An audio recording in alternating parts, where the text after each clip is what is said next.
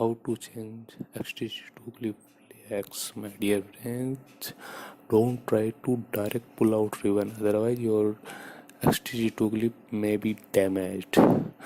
First of all, there is a plastic black socket, so by using your nail from both sides, pull it out smoothly, gently, because this is really very easy but need patience.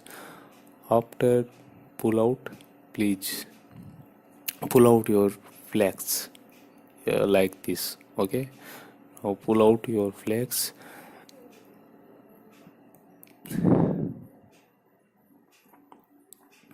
Okay, it's now replace your new ribbon flex. Insert.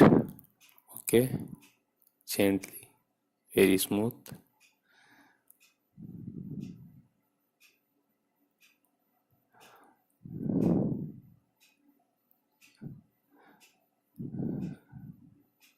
Okay, now insert your flex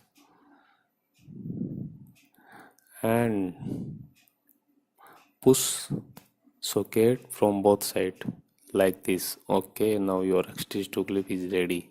Thanks for watching video.